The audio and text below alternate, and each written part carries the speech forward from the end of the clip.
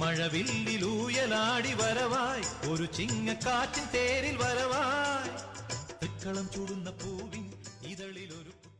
ഇന്ന് ഞാനിവിടെ ഉണ്ടാക്കാൻ പോകുന്നത് അവിയലാണ്. അതിന് വേണ്ടിയിട്ട് ഇതിപ്പം 1 കപ്പ് ചേന ഞാനിവിടെ എടുത്തിട്ടുണ്ട്. ഈ ചേന ഇതുപോലെ 1.5 ഇഞ്ച് നീളത്തിൽ കനം കുറച്ച് അരിഞ്ഞെടുക്കുക.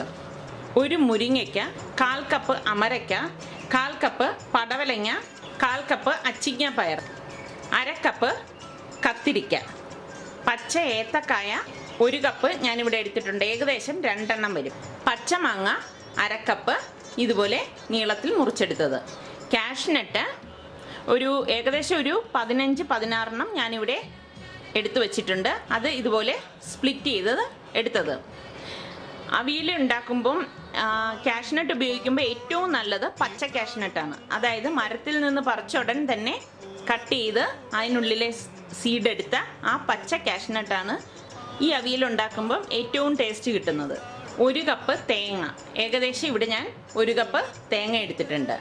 7 പച്ചമുളക്, 2 ചുവന്നുള്ളി, ഒരു ചെറിയ പീസ് വെളുത്തുള്ളി, 1/4 ടീസ്പൂൺ ചെറിയ ജീരകം, കുറച്ച് കറിവേപ്പില, 1 ടീസ്പൂൺ മഞ്ഞൾപ്പൊടി.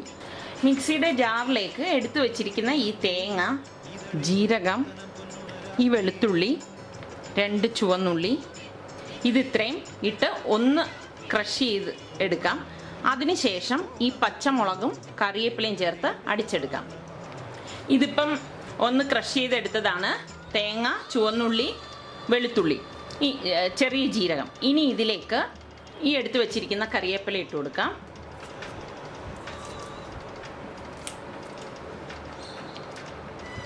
ഈ പച്ചമുളകും ചേർത്ത് ഒന്നടിച്ചെടുക്കാം. അരയണ്ട, ഒന്ന് ഒതുക്കിയെടുത്താൽ മതിയാവും.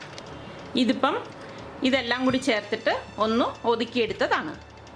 ആദ്യം തന്നെ ഒരു ഉരുളി എടുത്ത് വെച്ചിട്ട് അതിലേക്ക് കുറച്ച് എണ്ണ ഒഴിച്ച് കൊടുക്കാം.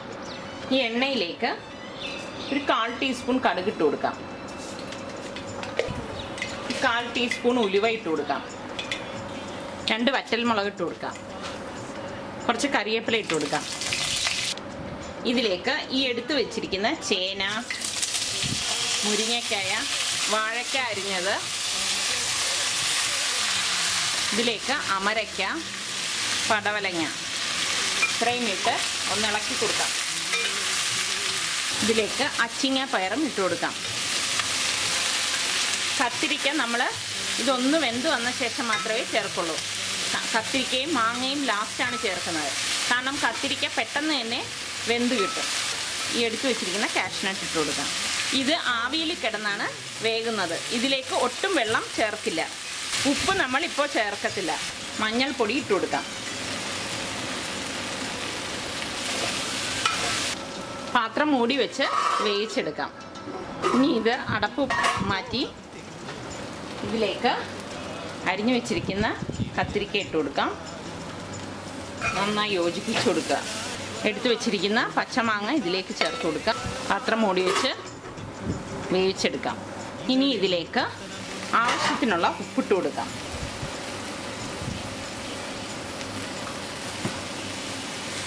ഈ സമയം നമ്മൾ കയ്യിൽ ഒരു ശകലം വെള്ളം എടുത്തിട്ട് ഏകദേശം 1 ടേബിൾ സ്പൂൺ വെള്ളം എടുത്ത് ഒന്ന് കുടഞ്ഞു കൊടുക്കുക.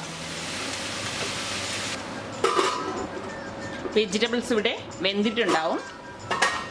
ഇനി ഇതിലേക്ക് ഈ ചതച്ച് വെച്ചിരിക്കുന്ന തേങ്ങാക്കൂട്ട് ഇട്ട് കൊടുക്കാം.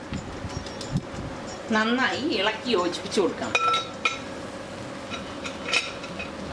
ഇതിന് മീതെ കുറച്ച് കറിവേപ്പില ഇട്ട് കൊടുക്കാം.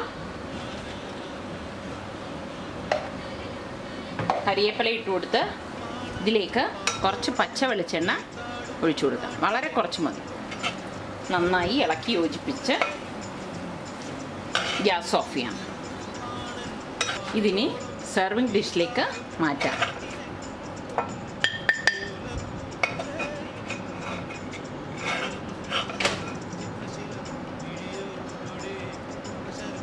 അവിയൽ ഇവിടെ തയ്യാറായി. എല്ലാവരും ഇത് ട്രൈ ചെയ്ത് നോക്കുക. ചൂടുന്ന പൂവിൻ ഇതളിൽ ഒരു പുത്തനം പൊന്നുണരാത്രി.